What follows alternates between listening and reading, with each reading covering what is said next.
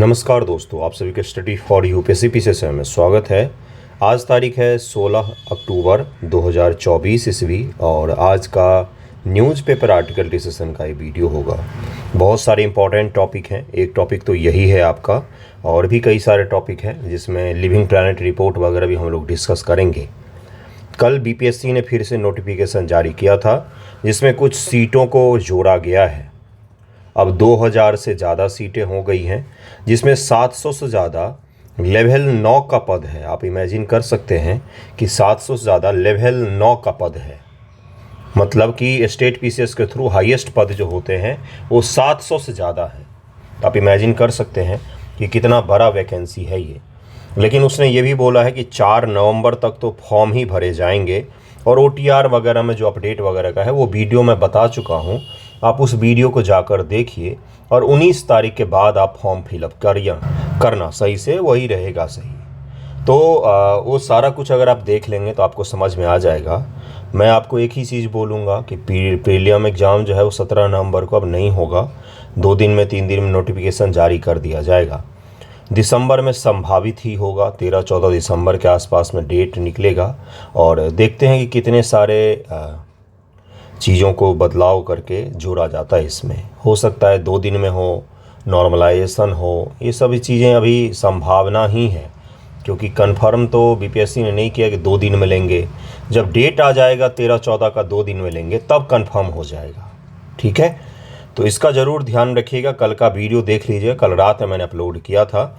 बाकी हम लोग शुरू करते हैं, एक एक करके देखते चलते हैं। आपको मैं एक चीज़ ज़रूर बोलूँगा कि एग्ज़ाम का डेट जिस तरह से आगे पीछे हो रहा है, आप पढ़ने के साथ साथ मुख्य फोकस पीटी पर ही रखिएगा, लेकिन थोड़ा बहुत सप्ताह में एक आध निबंध ज़रूर लिखिएगा, एक आध आंसर राइटिंग ज़रूर ही कीजिएगा। वो सही रहेगा आपकी तैयारी को लेकर।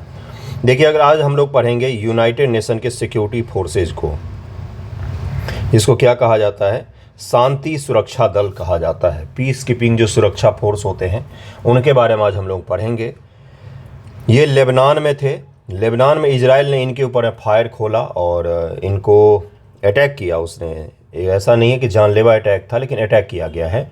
यही बहुत बड़ी चीज़ थी। तो यूनाइटेड नेशन ने स्ट्रॉन्ग कंसर्न जाहिर किया है कि इस तरह से नहीं होना चाहिए। हमारे पीस कीपिंग फोर्स जो होते हैं वो तो अपना काम करते ही रहेंगे। इजराइल को या किसी भी देश को पीस कीपिंग फोर्स को अटैक करना नहीं चाहिए। ये सबसे मुख्य चीज़ होता है। इसके बारे में हम लोग पढ़ेंगे, देखेंगे क्या है ये यूएन का ये फोर्स क्या है और किस प्रकार से काम करता है, क्या भारत का भी इसमें योगदान है। तो भारत यूनाइटेड नेशन का जो सुरक्षा दल होता है उसमें सबसे बड़े योगदानकर्ता के रूप में है। न केवल भारत के पुरुष जवान बल्कि महिलाएं भी यूनाइटेड नेशन के फोर्स में शामिल होकर दुनिया के अलग अलग हिस्सों में काम कर रही होती हैं, जिसमें डॉक्टर्स के रूप में आर्मी वुमेन होते हैं वो काम करती हैं। उसके अलावा सैनिक के रूप में काम करती हैं। युगांडा से लेकर अफ्रीका का अलग अलग देश हो गया, सूडान हो गया, और मध्यस्थ जो हो गया, मध्य एशिया जिसको कहा जाता है, मिडिल ईस्ट कहा जाता है, सॉरी, मध्य पूर्व एशिया, उस इलाके में भी वो लोग काम करते हैं। तो इन सब चीज़ों को देखेंगे आज हम लोग। उसके अलावा और कौन कौन से टॉपिक हैं हेडलाइन में, तो हेडलाइन में एक है कि हमारे जो विदेश मंत्री जी हैं कल ये पाकिस्तान की यात्रा पर पहुंच गए, और वहां पर इन्होंने रात में पाकिस्तान के प्रधानमंत्री जो शहबाज शरीफ हैं उनके द्वारा डिनर आयोजित किया गया था। तो उस डिनर में भी इन्होंने पार्टिसिपेट किया है और बातचीत भी हुई है, लेकिन बायलैटरल टॉक्स आधिकारिक तौर पर नहीं हुआ है। मैं आपको बार बार बोल रहा हूँ, शब्दों को ध्यान दीजिएगा, आधिकारिक तौर पर नहीं हुआ है। एससीओ की मीटिंग में हिस्सा लेंगे एस जयशंकर जी, और वहाँ पर एससीओ का ही बस मीटिंग होने वाला है। पाकिस्तान के जो प्रधानमंत्री हैं उनका एससीओ के बाकी सभी सदस्यों के साथ में बायलैटरल द्विपक्षीय वार्तालाप भी होगा, लेकिन भारत के विदेश मंत्री के साथ में द्विपक्षीय वार्तालाप नहीं होगा। उसके साथ में कनाडा और भारत का जो खींचातानी है ये बढ़ गया है, एक लेवल और बढ़ गया है। उसने सीधा सीधा फिर से आरोप लगाया भारत के उच्च अधिकारियों पर, यहाँ तक कि अब अमित शाह जी का भी नाम खींचने की कोशिश कर रहा है वो। तो कल ही मैंने आपको बताया था कि भारत ने क्या किया, तो कनाडा के राजनयिक सहित 6 लोगों को बोला है कि 19 तारीख से पहले आप देश छोड़ दीजिए। 19 तारीख तक का तिथि उनको भी दिया है। बीपीएससी ने भी फॉर्म एडिट का शुरू किया है 19 तारीख से ही, है ना। तो चलिए, एक चीज़ और है यहाँ पर, 5i एक ग्रुप है। ये दरअसल में ब्रिटिश मूल के लोगों का एक ग्रुप है। कौन कौन इसमें शामिल हैं, तो इसमें ब्रिटेन शामिल है, अमेरिका शामिल है, कनाडा शामिल है, और न्यूजीलैंड शामिल है और ऑस्ट्रेलिया शामिल है। ये 5 देश हैं जो क्या करते हैं, आपस में खुफिया जानकारियों को साझा करते हैं और आपस में मिलकर खुफिया तरीके पर काम करते हैं। इसी के ग्रुप का नाम दिया गया 5 आइज़। क्या नाम दिया गया है? 5 आइज़ दिया गया। तो कनाडा ने बोला कि हमने 5 आई के साथ मिलकर इन्वेस्टिगेशन किया है। इन्वेस्टिगेशन करके उसका पुड़िया बनाकर अपने अटलांटिक महासागर में फेंक देना चाहिए, क्योंकि हम पे तो उसका कोई प्रभाव पड़ने वाला है नहीं। यही चीज़ भारत सरकार ने बोला है कि हमने ऐसा कुछ भी नहीं किया है। आपको जहाँ जहाँ जो जो रिपोर्ट दिखाना है दिखाइए। भारत सरकार अब अगली बार यूएन में इस मुद्दे को उठाएगी कि कनाडा की जो ज़मीन है वो पाकिस्तान के बाद दुनिया में सबसे ज़्यादा आतंकवादियों को वित्त पोषित करने का काम करती है।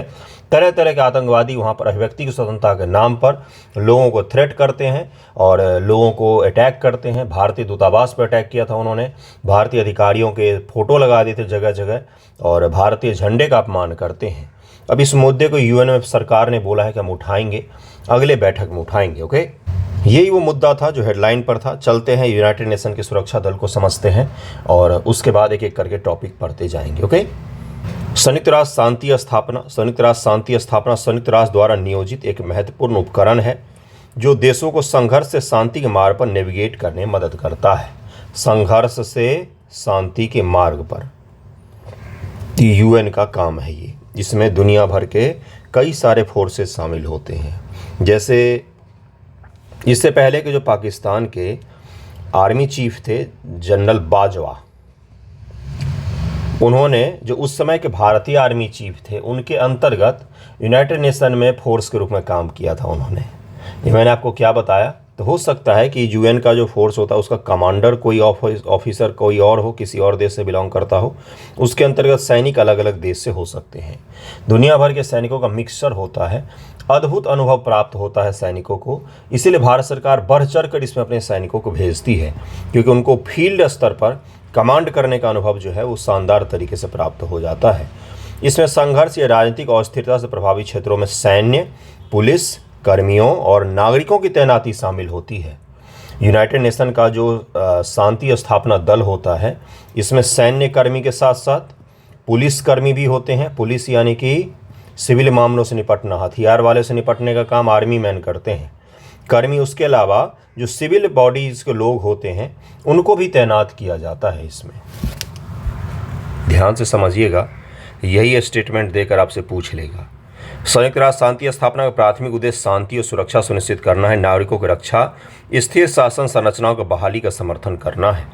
यह अंतर्राष्ट्रीय शांति और सुरक्षा बनाए रखने का संयुक्त प्रयास हेतु संयुक्त राष्ट्र महासभा, यूनाइटेड नेशन जनरल असेंबली, संयुक्त राष्ट्र सुरक्षा परिषद यूएनएससी, सचिवालय उसका, सेना एवं पुलिस मेजबान सरकारों को एक साथ लाता है और ये सब मिलकर क्या करते हैं, तो शांति स्थापना मदद करते हैं। लेकिन आपने कभी सुना है कि दुनिया के किसी ताकतवर देश में इनका शांति स्थापना करने का कोशिश किया गया हो? अमेरिका में जाएगा क्या यूएन का फोर्स? नहीं जाएगा। वो कहाँ जाते हैं? अफ्रीका के संघर्षरत देशों में जाते हैं और एशिया के संघर्षरत देशों में, कमज़ोर देशों में जाते हैं। लेबनान उसका उदाहरण हो गया। लेबनान में था जहाँ पर एक इजरायली टैंक ने क्या किया, टैंक का मुंह घुमाया यूनाइटेड नेशन के उस कार्यालय की तरफ में और एक गोला दाग दिया धड़ाम से। वही हुआ है। उसी का दुनिया भर ने बोला है कि ये नहीं होना चाहिए। पहला मिशन कब हुआ था, तो ज़रा ध्यानपूर्वक देखिएगा इसको। पहला संयुक्त राष्ट्र शांति मिशन 1948 में स्थापित किया गया था, जब संयुक्त राष्ट्र सुरक्षा परिषद ने इजराइल और उसके पड़ोसी अरब देशों के बीच युद्ध विराम समझौते की निगरानी के लिए संयुक्त राष्ट्र ट्रस्ट सुपरविजन ऑर्गेनाइजेशन बनाने हेतु मध्य पूर्व में संयुक्त राष्ट्र सैन्य पर्यवेक्षकों की तैनाती को अधिकृत किया गया था। देखिए, भारत की आज़ादी के तुरंत बाद इजराइल राज्य स्थापित हुआ था, लेकिन भारत ने उसको रिकॉग्नाइज नहीं किया था। भारत ने चीन को रिकॉग्नाइज किया था, लेकिन भारत ने इजराइल को रिकॉग्नाइज नहीं किया था। ये उस समय की परिस्थिति ऐसी थी जिसके कारण से भारत ने नहीं किया था। बाद में भारत ने उसको रिकॉग्नाइज किया और 1991 से दूतावास स्थापित किया गया। यूएसएसआर के फॉल के बाद ध्यान से अगर आप वर्ल्ड पॉलिटिक्स को समझेंगे ना तो आपको समझ में आएगा। जब यूएसएसआर का फॉल हो गया तो भारत को ये पता चल गया कि हम जिसके बदौलत दुनिया भर में अपना साख जमाते थे, वो रूस जो था, यूएसएसआर था, जब वही खुद को नहीं संभाल पाया तो हमें अपना पाला बदलने की आवश्यकता है। तो भारत ने फिर इजराइल का सहारा लिया और अमेरिका के साथ अपने संबंधों को सही करना शुरू किया उसने। ये क्या है? ये है इंटरनेशनल रिलेशन। समझिएगा इस चीज़ को। पहली बार वहीं पर उपयोग किया गया था। अधिदेश ऑपरेशन अभियान के आधार पर अधिदेशों में भिन्नता होती है, लेकिन उनमें प्रायः निम्नलिखित तत्वों में कुछ तत्व शामिल होते हैं: युद्ध विराम, शांति समझौता, सुरक्षा व्यवस्था की निगरानी करना, नागरिकों की रक्षा करना, विशेष रूप से उनकी जिनकी शारीरिक रूप से क्षति पहुंचने का जोखिम अधिक हो, राजनीतिक संवाद स्थापित करना। जैसे मान लीजिए जैसे अभी सूडान है, सूडान में क्या है तो वहाँ का जो अर्धसैनिक बल है और वहाँ का जो आर्मी है, अपने देश में भी है ना, मिलिट्री है और एक अर्धसैनिक बल होते हैं, पैरामिलिट्री होते हैं, मिलिट्री होता है, दो अलग अलग होते हैं। तो अर्धसैनिक और सैनिक बल में जैसे सूडान में भी क्या हो रहा है तो युद्ध छिड़ा हुआ है, उसको गृह युद्ध कहा जाता है। घर में ही लड़ रहे हैं तो गृह युद्ध। इस गृह युद्ध को दो पक्ष हो गए, तब इनके बीच में शांति स्थापना करना है। तो कौन आए भाई? तो यूएन आ जाए। इस तरह भी काम करता है ये। कानून का शासन, मानवीय सहायता प्रदान करना, ये सब काम भी ये करता है। सिद्धांत क्या है? पक्षों की सहमति। शांति स्थापना कार्यों के लिए संघर्ष में शामिल मुख्य पक्षों की सहमति की आवश्यकता होती है। सहमति के बिना एक शांति स्थापना अभियान संघर्षों का पक्ष बनने और अपनी शांति स्थापना की भूमिका से विचलित होने का जोखिम उठाता है। जब तक दोनों पक्ष सहमत नहीं होते हैं तब तक ये काम करने के लिए वहां पर नहीं जा। आपको कुछ समझ में आ रहा होगा, स्पष्ट और धीरे धीरे समझा रहा हूं मैं।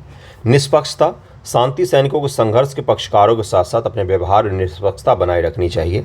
निष्पक्षता का अर्थ तटस्थता नहीं है। शांति सैनिकों को अपने जनादेश को सक्रिय रूप से निष्पादित करने चाहिए। अंतर्राष्ट्रीय मानदंडों को बनाए रखना चाहिए। आत्मरक्षा और जनादेश की रक्षा को छोड़कर बल का प्रयोग नहीं करना होता है। क्या यूएन के पीस कीपिंग जो फोर्स वगैरह होते हैं, क्या वो बल का प्रयोग करते हैं? निसंदेह करते हैं। जब उनकी बात आ जाए भाई अब आप मार देगा आपको, नहीं तो आप मार दो, ऐसा कंडीशन जब बन जाता है तो कभी भी आप अशांति, क्या बोलते हैं उसको, अहिंसा का चीज़ नहीं अपना सकते हैं। तो ये भी अहिंसक ही होते हैं। लेकिन जब बात किस चीज़ की आएगी, आत्मरक्षा और जनादेश की रक्षा की, तो वहाँ पर फोर्स भी उपयोग किया जाता है, हिंसा का बल भी उपयोग किया जाता है। उपलब्धियाँ क्या है? 1948 में संयुक्त राष्ट्र शांति स्थापना के बाद इसने कई देशों में संघर्ष को समाप्त करने, सुलह को बढ़ावा देने में महत्वपूर्ण भूमिका निभाई है और Cambodia, El Salvador, Mozambique, Namibia जैसे स्थानों में सफल शांति मिशन भी चलाए हैं इन्होंने। ओके, अगला है लिविंग प्लानेट रिपोर्ट 2024, जिसके बारे में मैंने एक दिन न्यूज़पेपर में शॉर्ट में पढ़ाया था आपको, लेकिन इसको लॉन्ग में ज़रा समझिए। क्यों इसको समझना ज़रूरी है? प्रीलियम एग्जाम जो आपका यूपीएससी हो या बीपीएससी हो, वहाँ पर स्टेटमेंट बनाकर पूछा जा सकता है। उसके साथ साथ जो आपसे मेंस एग्जामिनेशन में बंधुओं एक इकोलॉजी से सवाल पूछा जाता है लॉन्ग फॉर्मेट का, वहाँ पर आप इस रेफरेंस के तौर पर उपयोग करके लिख सकते हैं। लिविंग प्लानेट रिपोर्ट 2024 सबसे पहला पीटी फैक्ट क्या है, किसके द्वारा जारी किया है? तो world wide fund for nature, WWF इसको कहा जाता है, world wide fund for nature की लिविंग प्लानेट रिपोर्ट 2024 के अनुसार केवल 50 वर्षों में निगरानी की गई वन्यजीव आबादी के औसत आकार में 73% की गिरावट आई है। 1970 से लेकर 2020 के बीच में 73% हम जो निगरानी वाले पशु थे उनको निपटा चुके हैं। हम मानव ही मुख्य कारण होंगे, बाकी प्राकृतिक कारण भी हो सकते हैं। इकोलॉजी में जब भी किसी भी चीज़ को लिखते हैं तो उसको कारण लिखते समय ध्यान में रखिएगा, बारीक चीज़ें बता रहा हूँ उत्तर लेखन का। कारण जब भी लिखते हैं, अगर संभावना है वहाँ पर, तो आप मानव निर्मित कारण और प्राकृतिक कारण दोनों को स्पष्ट करके विभाजित करके लिखें। समाधान जब लिखते हैं तो वहाँ पर भी भारत द्वारा समाधान, आपके सुझाव और वैश्विक प्रयास, इस प्रकार से लिखा जाता है। 2 दिन पहले निबंध दिया था, उसमें कई सारे बच्चों ने गलती की थी, इसलिए बता दिया। सबसे अधिक गिरावट मीठे जल की पारिस्थितिकी तंत्र में दर्ज की गई है। उसके बाद स्थलीय और फिर समुद्री पारिस्थितिकी तंत्र का स्थान है। पारिस्थितिकी तंत्र जो होता है, इकोसिस्टम, ये अलग अलग होते हैं। एक जो आपके घर में रखा होगा फिश टैंक, वो भी एक इकोसिस्टम हो सकता है। एक मानव निर्मित तालाब भी हो सकता है। पूरा समुद्र भी एक इकोसिस्टम है और पूरा फ्रेश वाटर का सिस्टम है, वो भी एक इकोसिस्टम हो सकता है। यहाँ पर देखिए बताया गया है 73% जो है इनको कमी देखी गई है 50 वर्षों में। विश्व वन्यजीव प्राकृतिक कोष क्या है, WWF क्या है, तो ये अग्रणी संरक्षक संगठन है, 100 से अधिक देशों में कार्यरत है। ये एक अंतर्राष्ट्रीय NGO है जिसकी स्थापना 1961 में हुई थी। ये मैं आपको पहले ही बता चुका हूँ। इसका मुख्यालय ग्लैंड स्विट्जरलैंड में है। इसका क्या है, तो भाई प्रकृति की रक्षा करना, उससे जुड़े हुए चीज़ों पर अपना ध्यान आकर्षित करना दुनिया भर के लोगों का। अगला देखिए क्या है कि WWF विश्व भर के लोगों के साथ हर स्तर पर सहयोग करता है ताकि आप ऐसे नवोन्मेषी मतलब कि अलग तरीके का समाधान विकसित किया जा सके जिससे समुदाय, कम्युनिटी, वन्यजीव और उनके निवास स्थानों की रक्षा हो सके। यानी कि ये समुदाय जो होते हैं और वन्यजीव जो होता है उन दोनों की सुरक्षा को लेकर काम करते हैं। World wide fund for nature India, जिसे सामान्यतः WWF इंडिया के नाम से जाना था, स्थापना 1969 में हुआ है। तो अब मुझे बताओ कि WWF कब स्थापित हुआ? अभी बताया, भूल गए, 1961 में हुआ है। ये एक स्वायत्त संरचना के माध्यम से काम करता है जिसका सचिवालय नई दिल्ली में स्थित है और इससे कार्यालय पूरे भारत में फैला हुआ। भारत में जो WWF है उसका कार्यालय नई दिल्ली में है, वैसे इसका मुख्यालय स्विट्जरलैंड के ग्लैंड में है। लिविंग प्लानेट रिपोर्ट 2024, इसके निष्कर्ष क्या है? अब यही अपना मुख्य भाग है, जरा ध्यानपूर्वक इसको समझिएगा एक एक फैक्ट को। जनसंख्या में उल्लेखनीय गिरावट, निगरानी किए गए वन्यजीवों की संख्या में सबसे अधिक गिरावट लैटिन अमेरिका और कैरिबियन, लैटिन अमेरिका के इर्द गिर्द जो क्या है, तो मध्य अमेरिका में जो आपको द्वीप वगैरह दिखते हैं उस इलाके की बात हो रही है। अफ्रीका 76%, एशिया प्रशांत 60%, मीठे जल के पारिस्थितिक तंत्रों 85% में दर्ज की गई है। वन्यजीवों के लिए प्राथमिक खतरा आवास की हानि, क्षरण को विश्व भर में वन्यजीव आबादी के लिए सबसे बड़ा खतरा बताया गया है। क्या बताया गया है? तो आवास की हानि। हम इंसान केवल इंसानों की आवास को बम मार के नहीं तोड़ रहे हैं, बल्कि जानवर जो होते हैं, पशु पक्षियाँ, उनके आवास को भी खंडित कर रहे हैं। फिर वो घुस जाएंगे हमारे आवास के इलाकों में, तो हम बोलते हाथी मतवाला हो गया है। हाथी बिल्कुल ठीक था, उसके घर आपने खराब कर दिए इसलिए वो आपके घर में आ गया। इसके बाद अतिदोहन, आक्रामक प्रजातियों और रोग वगैरह शामिल हैं। ये कारण बताए गए, कुछ मेजर जो कारण बताए गए रीजन जिसके कारण से वन्यजीव की संख्या में गिरावट आई है पिछले 50 वर्षों में, उससे सबसे बड़ा कारण क्या है? तो उनका जो हैबिटेट था, आवास जो था, उसका हमने क्षरण कर दिया है, ख़त्म ही कर दिया है। पारिस्थितिक तंत्र के स्वास्थ्य के संकेतक इंडिकेटर होते हैं। जैसे इंडिकेटर क्या होता है भाई? जैसे पानी गंदा है तो काला दिखता है भाई, या फिर पानी साफ है तो कुछ विशिष्ट प्रकार के जीव होते हैं जो केवल साफ पानी में ही रहते हैं। जैसे एल्गी होते हैं ना, शैवाल, ये साफ पानी में ही रहते हैं। जैसे कहीं पर पेड़ पर अगर आपने काई लगा देखा है, पेड़ पर अगर काई लगा हुआ है, ग्रीन कलर की काई, तो यानी कि उस एरिया में सल्फर मौजूद नहीं है हवा में, हवा बहुत ही स्वच्छ है। बाहर कभी घूमने गए होंगे तो वहाँ पर देखेंगे आप काइयों से पटे हुए होते हैं इलाके। क्यों? क्योंकि हवा स्वच्छ है, वो संकेतक होता है, इंडिकेटर होता है। ठीक है, गांव में अक्सर आपको दिखेगा, शहर में आपको जल्दी काई नहीं दिखेंगे पेड़ पर। शहर के पार्कों में सल्फर की कमी होती है जहां पर, वहीं पर काई होते हैं। वन्यजीव आबादी में गिरावट, विलुप्त होने के बढ़ते जोखिम, स्वास्थ्य पारिस्थितिक तंत्र की हानि को प्रारंभिक चेतावनी संकेतक के रूप में देखा जाता है। क्षतिग्रस्त पारिस्थितिक तंत्र काफ़ी अधिक संवेदनशील होने के साथ अपरिवर्तनीय परिवर्तन की ओर भी ले जाते हैं। ऐसा परिवर्तन हो जाता है पारिस्थितिक तंत्र में, इकोसिस्टम में, जिसको हम फिर से बैक नहीं कर पाते हैं, जिसको हम रिवर्स नहीं कर पाएंगे और वो चेंज हमेशा के लिए बना हुआ रह जाएगा। उदाहरण के लिए ब्राज़ील के अटलांटिक वन में किए गए एक अध्ययन से पता चलता है कि बड़े फल खाने वाले जानवरों की कमी के कारण बड़े बीज वाले वृक्षों के बीजों का फैलाव कम हो गया, जिससे कार्बन भंडारण प्रभावित हुआ है। अब ये क्या है? ये तो सर के ऊपर से ही चला गया होगा। बड़े जो फल होते हैं उनको किसी जानवर ने खाया है ना, और उस जानवर ने खाने के बाद क्या किया? उसने मल त्याग किया, गोबर किया, और उस गोबर के द्वारा वो बीज क्या होते हैं? पूरे वन में फैल जाते हैं। कभी आपने गाय का गोबर या भैंस का गोबर देखा है?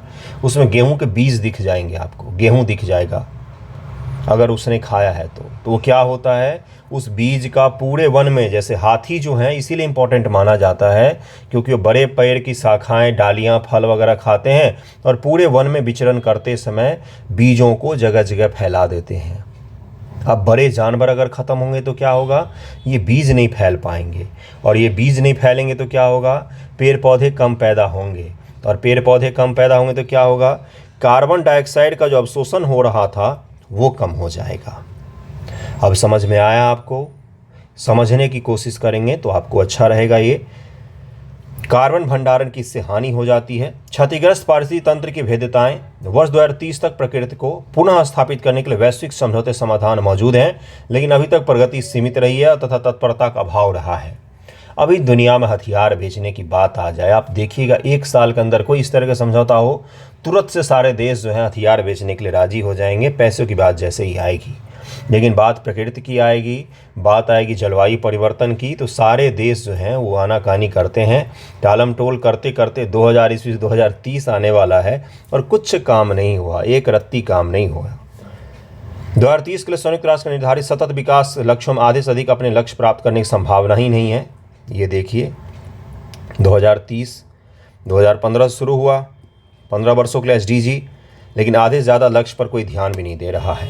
आर्थिक प्रभाव भी इसका काफ़ी ज़्यादा हुआ है। तो देखिए क्या लिखा हुआ है कि वैश्विक स्तर पर सकल घरेलू उत्पाद के आधे से अधिक 55% भाग मध्यम व अत्यधिक रूप से प्राकृतिक और उसकी सेवाओं पर निर्भर है। दुनिया की 55% GDP जो है ये नेचर पर निर्भर है। रिपोर्ट में अनुमान लगाया गया कि यदि भारत के आहार मॉडल को विश्व भर में अपनाया गया तो 2050 तक विश्व को खाद्यान्न उत्पादन के लिए पृथ्वी के केवल 0.84% भाग की आवश्यकता होगी। जैव विविधता के लिए संकट भी है, पर डाइवर्सिटी नहीं होगा तो क्या होगा, कुछ भी नहीं हो पाएगा।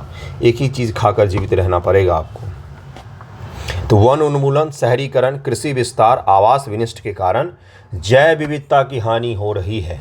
जैव विविधता क्या होता है? जैव विविधता का मापन 2-3 तरीकों से किया जाता है। अल्फा, बीटा, इस प्रकार से किया जाता है। अल्फा क्या होता है? एक ही वन में कितने प्रकार के जीव रह रहे हैं, कितने प्रकार के जीव रह रहे हैं। हाथी, बंदर, कुत्ता, बिल्ली, भैंस, बारहसिंगा, लायन, टाइगर, चीता, ये सब हो गए। बीटा क्या होता है? कितने प्रकार के कुत्ते पाए जाते हैं। अगर मैं इसमें रॉन्ग हूँ, मैं फैक्ट भूल रहा हूँ तो आप मुझे करेक्ट कीजिएगा। जैसे कुत्ते हैं, उनके अलग अलग ब्रीड हो सकते हैं। तो एक जानवर के अंतर्गत विविधता, जैसे कुत्ता है तो उसमें 1000 तरीके के ब्रीड हो सकते हैं। और एक जंगल में मौजूद विविधता, इसी को क्या कहा है? तो बायोडाइवर्सिटी का मापने का अलग अलग तरीका होता है। प्रीलियम के पॉइंट ऑफ व्यू से UPSC वाले इसको अच्छे से पढ़ते होंगे, आई होप। नहीं पढ़ा है तो पढ़ लेना गुरु। UPSC के लिए ये सब फेवरेट टॉपिक होता है। BPSC में ही पूछा जाता है धड़ल्ले से, UPPSC में भी पूछा उन्होंने, इकोसिस्टम से तो भर के पूछता है UPA वाले एग्जाम में भी। BPSC में भी अब उन्होंने पूछना शुरू कर दिया है। TRE के पेपर में देखिए 2 से 3 सवाल आपको इकोलॉजी से मिलेगा ही मिलेगा। ठीक है, अगला देखिए क्या है कि इससे सैक्रामेंटो नदी के इन्होंने उदाहरण दिया है। शीतकालीन चिनूक सैलम की आबादी वर्ष 1950-2000 के बीच 88% कम हो गई है, जिसका मुख्य कारण बांधों द्वारा उनके प्रवासी मार्गों को बाधित करना है। बांध बनाकर उनके मार्ग को बाधित कर दिया, अब उसकी आबादी 88% कम हो गई है। अत्यधिक दोहन, वाणिज्यिक प्रयोजन हेतु अत्यधिक शिकार, मत्स्याग्रह, लकड़ी काटना वन्य जीवों का आबादी उनकी आपूर्ति से पूर्व ही तेजी से कम कर रहा है, जिससे क्या हो रहा है? विलुप्त की संभावना बढ़ती जा रही है। अफ्रीका में हाथी दांत वगैरह का जो व्यापार होता है, अवैध शिकार के कारण 2004 से 14 तक मिकेंगे राष्ट्रीय उद्यान वन्य हाथियों की आबादी में 81% तक की कमी देखी गई है। ये उदाहरण है। उदाहरण का क्या करना है? माला बनाकर पहनना है क्या? उदाहरण का उपयोग करना है। जब आप उत्तर लेखन करते हैं, मैं आपको काट के बोलता हूँ, उदाहरण सहित लिखिए, एग्जाम्पल दीजिए। UPSC वाले थोड़ा सा स्टैंडर्ड वर्ड में बोलें केस स्टडी के साथ लिखिए, तो केस स्टडी हालांकि अलग होता है, लेकिन मैं आपको समझा रहा हूँ। इस तरह की चीज़ों का अगर आप उपयोग करते हैं अपने उत्तर लेखन में तो निस्संदेह आपको अधिक मार्क्स मिलते हैं और बेस्ट मार्क्स मिलते हैं। नहीं तो फिर एवरेज मार्किंग की जाती है, वही 10 नंबर के सवाल 2.5 मिठाकर आपको विदा कर दिया जाएगा। बेस्ट चाहिए तो इस तरह के एग्जाम्पल तरह तरह के ऐड करना सीखिए अपने उत्तर लेखन में। अगला देखिए क्या है। अगला टॉपिक है आपका कि China to build lunar space station explore habitable planet. इसने बोला है कि चांद जो है वो मून पर जाकर स्पेस स्टेशन बनाएगा और वहाँ से रहने योग्य ग्रहों की खोज करेगा। तो ठीक है, करे। चाइना को एक धरती कम पड़ रहा है, उसको रहने के लिए कोई ग्रह ही चाहिए, इतना ज़्यादा विस्तारवादी उसकी नीति ही है। उसने अनाउंस किया है कि कंस्ट्रक्ट करेगा लूनर स्पेस स्टेशन और वहाँ से क्या करेगा? तो वहाँ से ये अलग दूसरे ग्रहों पर क्या करेगा? तो जीवन की संभावना को तलाशेगा। मैंने आपको कल ही क्या बताया? क्लिपर मिशन के बारे में कल ही बताया है। किसके लिए? यूरोपा। यूरोपा क्या है? बृहस्पति का चंद्रमा है। यहाँ पर भी हम क्यों जा रहे हैं? क्योंकि यूरोपा जो है वहाँ पर जल बहुत ज़्यादा मौजूद है, वहाँ पर हिम का एक परत है और हिम के परत के नीचे जल मौजूद है। तो हम ये उम्मीद करें कि उस जल में जीवन हो सकता है, जल ही जीवन है ना। ये हम कोशिश कर रहे हैं। चाइना भी कोशिश कर रहा है कि 2024 से 2050 के बीच में ये प्लेटफॉर्म बनाने की वो पूरी कोशिश करेगा स्पेस मिशन को लेकर, और उसके पश्चात से सर्च करेगा भाई कि किस प्रकार से हम दुनिया का अंतर्ग्रहीय मिशन करके अलग ग्रहों पर जीवन की तलाश कर सकें। इसको पीटी फैक्ट के तौर पर ध्यान में रखिएगा, और इसमें कुछ है नहीं। भारत की प्लानिंग ये है 2036 है ना, शायद 2036 तक है या 2035, देखिएगा एक बार। भारत स्पेस स्टेशन बनाने जा रहा है। स्पेस स्टेशन बनाएगा जहां से स्पेस में रहकर रिसर्च वगैरह कंडक्ट किए जा सके, अपना स्पेस स्टेशन। ठीक है, तो ये भी छोटा सा फैक्ट है। अगला देखिए क्या है। Union education minister Dharmendra Pradhan जी, जिन्होंने 3 AI सेंटर ऑफ एक्सीलेंस इसका स्थापना किया, इसका अनाउंस किया है। Union education minister Dharmendra Pradhan, इन्होंने मंगलवार को अनाउंस किया है कि किस किस चीज़ को लेकर, तो हेल्थ केयर, स्वास्थ्य बंधुओं, स्वास्थ्य ही सबसे बड़ा धन है, एग्रीकल्चर, और तीसरा सस्टेनेबल सिटीज़। इन 3 मुद्दों को लेकर AI एक्सीलेंस सेंटर स्थापित करने की घोषणा एजुकेशन मिनिस्टर साहब ने की है। क्या करेगा एक्सीलेंस सेंटर भाई? तो इन 3 क्षेत्रों में AI का किस प्रकार से उपयोग हो सकता है वो काम करेगा। मैं भी आपको सजेस्ट करूँगा कि केवल डिग्रीधारी बनकर मत रहिएगा, कुछ स्किल आज के ज़माने के हिसाब से सीख लीजिएगा, जिसमें AI हो गया, वीडियो एडिटिंग हो गया, कंटेंट क्रिएशन हो गया। ये चीज़ें अछूत नहीं है। ऐसा नहीं है कि जो ये काम करते हैं वो गलत ही होते हैं। आप इन चीज़ों का उपयोग करके कुछ अच्छा कर सकते हैं और अर्न कर सकते हैं। डिग्री से आप कमा नहीं सकते आजकल के दौर में, इसकी गारंटी मैं ले सकता हूँ। AI वगैरह भविष्य है। प्रॉम्प्ट इंजीनियरिंग ही का प्रॉम्प्ट लेखन ही अगर आप सीख लेंगे, प्रॉम्प्ट दिया जाता है AI को किसी चीज़ को बनाना, उसको लेकर भी ढेर सारा लोग पैसा कमाते हैं। छोटे छोटे कोर्स अवेलेबल होते हैं कहीं से भी। मुझसे मत पूछिएगा कहाँ पर है, मैं आपको सजेशन दे रहा हूँ। तो अपने कैरियर ऑप्शन के रूप में इसको ज़रूर चुन सकते हैं, सही रहेगा आपके लिए। तो इन्होंने स्थापित किया है, ज़रा इसको हम लोग देखेंगे क्या है ये स्थापना। PIB से पूरा उठाया है मैंने, वो आपको पढ़ाऊंगा मैं। उसके पश्चात नेक्स्ट टॉपिक पर चलेंगे। देखिए क्या है। तो इन्होंने बोला है कि स्वास्थ्य सेवा, कृषि और टिकाऊ शहरों के लिए AI में 3 उत्कृष्ट केंद्रों की स्थापना की है। शिक्षा मंत्रालय के अनुसार 3 AICO प्रमुख केंद्र स्वास्थ्य सेवा, कृषि और सतत शहरों पर ध्यान केंद्रित करेंगे। पहला क्वेश्चन कि हाल ही में एजुकेशन मिनिस्ट्री के द्वारा किन 3 क्षेत्रों को लेकर 3 एक्सीलेंस सेंटर की स्थापना की घोषणा की गई है। ये तो एक तो ये सवाल पूछ सकता है, या तो ये पूछ सकता है कि निम्न से कौन सा क्षेत्र है जिसके लिए एक्सीलेंस सेंटर बनाने की घोषणा नहीं की गई है।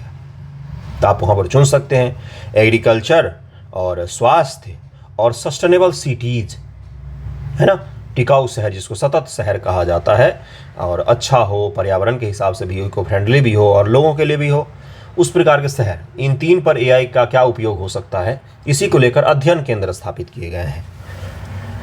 प्रत्येक का नेतृत्व उद्योग हितधारक स्टार्टअप के साथ साझेदारी में शीर्ष संस्थान द्वारा किया जाएगा बंधुओं, और 990 करोड़ रुपये कुल वित्तीय परिव्यय के साथ इस पहल को वित्त वर्ष 23-24 से वित्त वर्ष 27-28 तक 5 वर्षों में लागू किया जाएगा। कब से कम तक टाइम पीरियड? 23-24 से 2027-28। AI संचालित अनुसंधान नवाचार में भारत की वैश्विक स्थिति मजबूत करना। भारत में AI बनाएं और AI को भारत के लिए बनाएं। Create in India, create for India, create for world. Bharat के लिए काम करें दृष्टिकोण के हिस्से के रूप में 2023-24 के बजट घोषणा में पैरा 60 के तहत इस केंद्रों की स्थापना की घोषणा की गई है। AI IMS और IIT दिल्ली स्वास्थ्य सेवा CO का नेतृत्व करेंगे। IIT रोपर कृषि में, एम्स जो है, और IIT दिल्ली जो है, दोनों एक ही जगह पर है, दोनों अगल बगल पड़ोसी हैं। ये दोनों स्वास्थ्य के क्षेत्र में जो AI बनाया जाएगा उत्कृष्ट केंद्र, उसका लीडरशिप ये दोनों संस्थान करेंगे। एग्रीकल्चर को लेकर IIT रोपर में कृषि प्रयासों का नेतृत्व करेगा। एग्रीकल्चर को लेकर कौन AI एक्सीलेंस सेंटर में स्थापित करना है भाई, कहाँ पर? तो रोपर। एग्रीकल्चर को लेकर AI एक्सीलेंस सेंटर का नेतृत्व IIT रोपर कर रहा है। स्वास्थ्य को लेकर एम्स दिल्ली और IIT दिल्ली कर रहा है। उसी प्रकार से आईआईटी कानपुर सतत शहरों के पहल को आगे बढ़ाएगा। 3 पहल थे, एक था इसमें हेल्थ, एक था एग्रीकल्चर और एक था सस्टेनेबल सिटीज़। हेल्थ के क्षेत्र में आईआईटी एम्स और काम करेगा और आईआईटी दिल्ली काम करेगा। एग्रीकल्चर के रूप में आईआईटी रोपर काम करेगा और सस्टेनेबल सिटीज़ के क्षेत्र में आईआईटी कानपुर काम करेगा। ये 3 एक्सीलेंस सेंटर 3 अलग जगह उत्कृष्ट जो हमारे अध्ययन के केंद्र है हायर एजुकेशन के, उसमें स्थापित किए गए हैं। इस कार्यक्रम उन्होंने बोलते हुए बहुत कुछ बोला और इमोशनल हो गए, मतलब बहुत अच्छा चीज़ बोला। बोलने दीजिए, उनके भाषण से थोड़ी सवाल पूछेगा। जो सवाल पूछेगा वो मैंने आपको बता दिया। 5 साल के लिए होगा, किन 3 क्षेत्रों में होगा, कौन 3 करेगा, ये मैंने आपको बता दिया। बाकी धर्मेंद्र प्रधान जी शिक्षा मंत्री हैं, दिल्ली में उन्होंने इस चीज़ की घोषणा की है। नेक्स्ट टॉपिक पर हम लोग चलते हैं। अगला टॉपिक है थार्ड बोला जाता है इसको, वैसे थार बोल देते हैं, थार नहीं थार्ड है। क्या है ये भाई, इसको क्यों है चर्चा में? इजराइल में अमेरिका की इस बहुत ही बेहतरीन, दुनिया के सबसे बेहतरीन एंटी मिसाइल सिस्टम को लगाया गया है इजराइल में, और अमेरिका के ट्रुप को भी भेजा गया है कि इसको आप ऑपरेट कीजिए वहाँ पर। इजराइल के पास में अपना भी एक एंटी मिसाइल सिस्टम, इसको क्या का नाम दिया था, आयरन डोम, ठीक ना, आयरन डोम। ये क्या है भाई, तो आने वाली मिसाइलों को रोकता है। उसी प्रकार का थार भी है, ये एंटी मिसाइल है, अगर कोई मिसाइल आपकी तरफ आ रही है तो उसको रोक देगा। यही थार का अवलोकन। थार एक उन्नत अमेरिकी, इसका फुल फॉर्म क्या है, terminal high altitude area defence. Thar का अवलोकन। थार एक उन्नत अमेरिकी एंटी बैलिस्टिक मिसाइल प्रणाली से छोटी, मध्यम और मध्यवर्ती दूरी के मिसाइल को रोकने और नष्ट करने के लिए डिजाइन किया गया है। इसमें हिट टू किल दृष्टिकोण का उपयोग किया गया, जहां एक इंटरसेप्टर मिसाइल विस्फोटक के बजाय केवल प्रभाव बल का उपयोग करके अपने लक्ष्य से सीधे टकराकर उसे नष्ट कर देती है। कोई मिसाइल आपकी तरफ में आ रही है, आपने सामने से मिसाइल छोड़ा, ये इससे टकराएगा और दोनों एक दूसरे को भी नष्ट कर देंगे। बस यही सिस्टम है ये। हालांकि यह प्रणाली ड्रोन जैसी निम्न ऊंचाई पर उड़ने वाली वस्तुओं का पता लगाने में सक्षम नहीं है। अगर कोई वस्तु नीचे उड़ रही है, कभी आपने सोचा क्या, आज से पहले नहीं सोचा होगा कि कोई वस्तु अगर नीचे उड़ रही है तो उसका पता लगाना क्यों मुश्किल होता है? क्योंकि सामान्य तौर पर जो रडार की ऊंचाई होती है वो ज़मीन से थोड़ी सी ऊपर होती है। क्यों? क्योंकि भवन का निर्माण जो होता है तो वो रडार तक सिग्नल पहुंचने में कई बार अवरोध पैदा करते हैं, तो इसलिए विशिष्ट ऊंचाई पर रडार लगाया जाता है। अगर इस ऊंचाई से कोई वाहन नीचे गिर रहा है या उस वाहन में इस तरह की तकनीक का उपयोग किया गया है कि वो रिफ्लेक्ट नहीं करती है चीज़ों को, या तो फिर डिस्टॉर्टेड रिफ्लेक्ट करती है, डिस्टॉर्ट करके रिफ्लेक्ट करती है, तो उसका पता लगाना वस्तु का बहुत मुश्किल हो जाता है। ठीक है। विकास 1991 में खारी युद्ध के दौरान इराक ने स्कड मिसाइल हमलों, जिससे कई अमेरिकी सैनिक मारे गए थे, के बाद थार का विकास किया गया था। इराक का एक मिसाइल था जिससे अमेरिकी सैनिकों की मृत्यु हुई, उसके पश्चात अमेरिका ने इसको बनाया। 2008 में अमेरिका ने थार प्रणाली के एक भाग के रूप में प्रारंभिक मिसाइल चेतावनी रडार को इजराइल में तैनात किया। मिसाइलों को रोकने की इजराइल की क्षमता को बढ़ाने के 2012-2019 में भी इसी तरह की तैनाती की गई और अब 2024 में भी तैनाती की गई है, ईरान के साथ तनाव को देखते हुए।